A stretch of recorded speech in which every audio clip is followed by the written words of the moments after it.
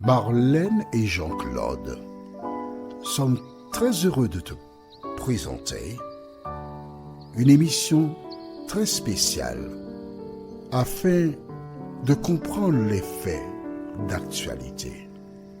Merci pour ta fidélité. Oh, merci pour ta fidélité à l'Éternel des armées. Au risque de me répéter, tu ne dois pas être fidèle à une communauté religieuse.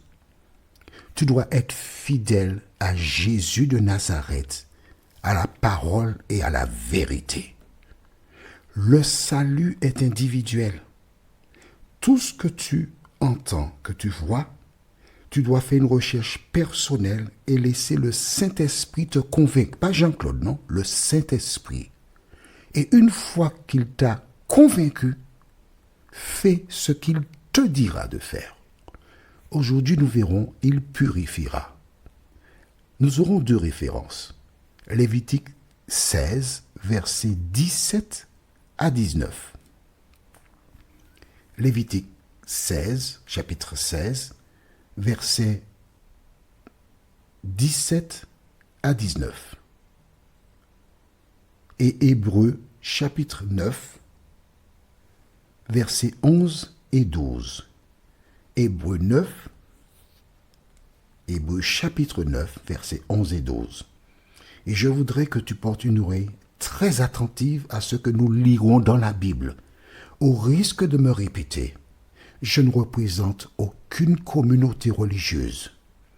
Je représente que Jésus de Nazareth. Je ne lis que la parole de Jésus. Et c'est toi qui as la lumière de ce que le Saint-Esprit te montre, qui choisira. Prions notre Seigneur, notre Dieu. Tel Jean-Baptiste, tu m'as envoyé afin de parler à tes enfants. Saint-Esprit, continue de les éclairer, de les conduire dans la vérité, et permet qu'ils puissent avoir un amour profond pour toi et ne pas se laisser impressionner par des uns et des autres, ne pas être fidèle à une communauté, mais être fidèle à l'Éternel des armées.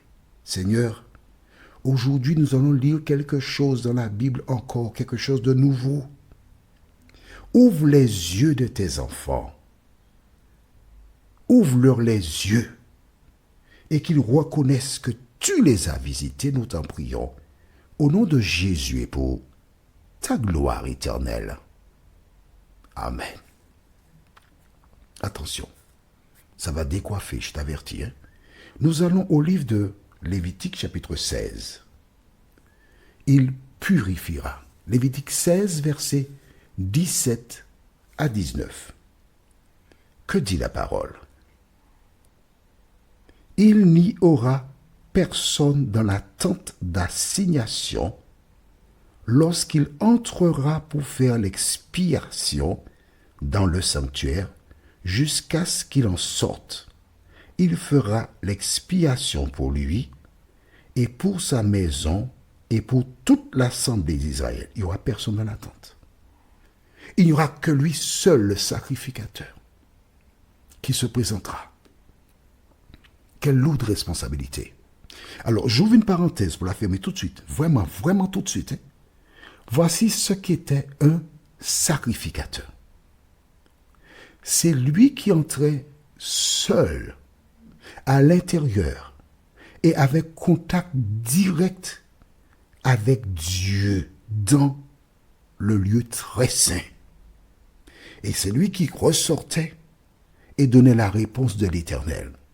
Tu comprends pourquoi les gens avaient du respect pour lui. Tu comprends pourquoi, lorsque Jésus ressuscita le premier jour de la semaine, et il déclara que c'est pas vrai, que ce sont les disciples qui ont volé son corps, les gens ont cru parce que cet homme, il allait en présence de Dieu une fois l'an.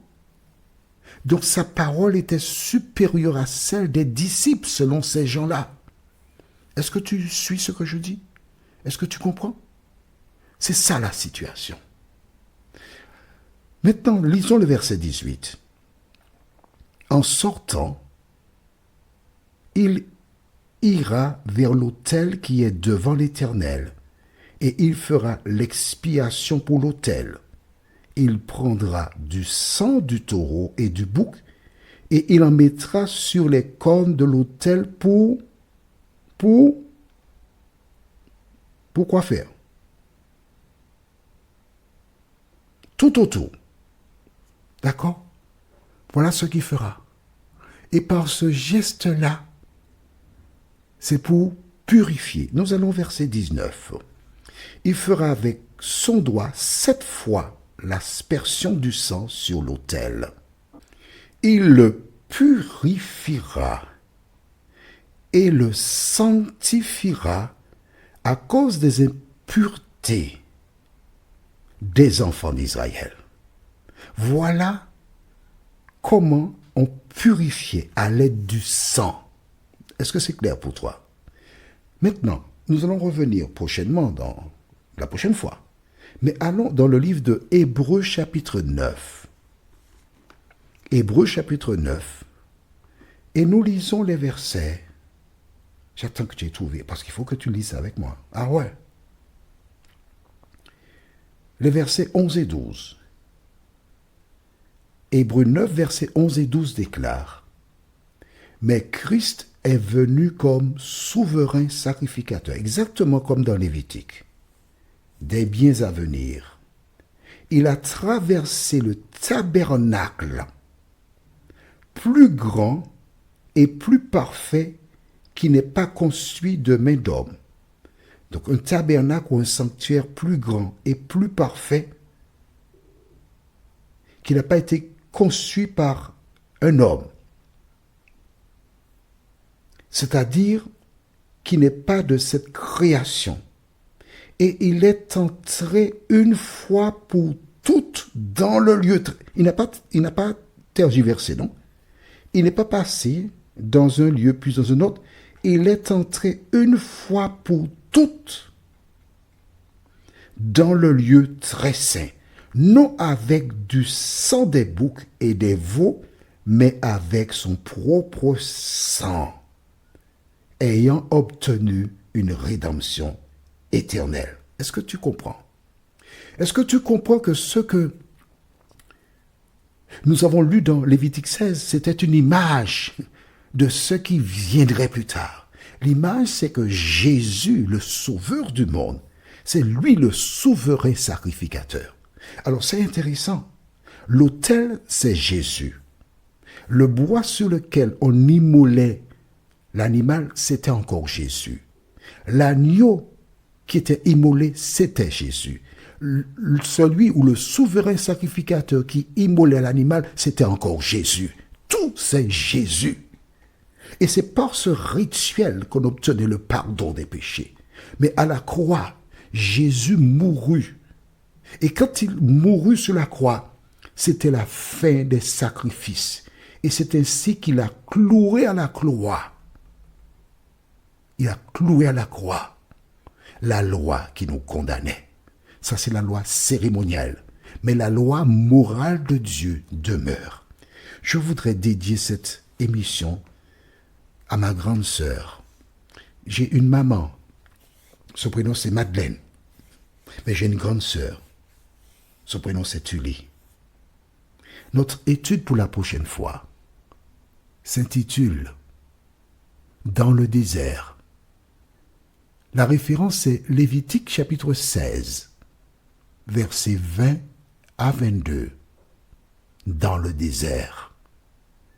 Lévitique 16, versets 20 à 22. Prions. Notre Seigneur et notre Dieu, merci pour la parole. Merci parce qu'aujourd'hui, beaucoup de personnes comprennent pourquoi l'ennemi ne veut pas qu'on lise l'Ancien Testament. Mais là maintenant, nous réalisons et touchons du doigt la vérité. Cet esprit, merci de continuer de nous éclairer, nous t'en prions. Au nom de Jésus, pour ta gloire éternelle. Amen. Que l'Éternel continue de t'éclairer et il me tarde de te retrouver. Nous sommes parvenus au terme de notre réflexion.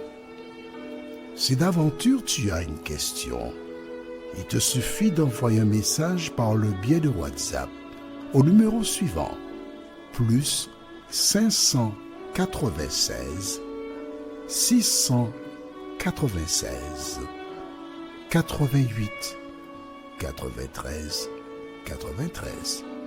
Et alors Jean-Claude, moi, je me ferai un réel plaisir de répondre à ta question.